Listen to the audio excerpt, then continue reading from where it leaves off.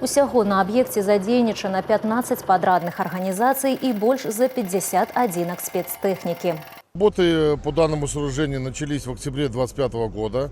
Сегодня уже выполнена разборка железобетонного пролетного строения на 4 пролетах.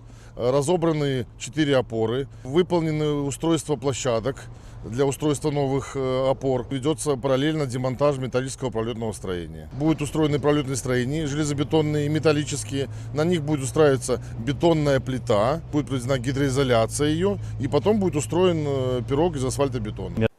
Ключавая мэта работ не толькі абнаўленне канструкцый, але і пашырэнне праезнай часткі з 7 до 10 метраў. Новае бетонавае заснаванне забяспечыць высокую апорную здольнасць аб'екта. Гэта дазволіць зняць сезонныя абмежаванні для великагрузаў. Сучасныя тэхналогіі кладкі дарожнага палатна гарантуюць устойлівасць пакрыцця да дэфармацыі нават пры экстрэмальна высокіх тэмпературах. Когда вот праздники, там в основном машины собираются, и движение затруднено. А так, ну, будет лучше, конечно. В любом случае будет лучше. Помню, когда 2 моста работало, так оно было поприятнее ездилось, чем сейчас. Тем более зимой, так там вообще сложно.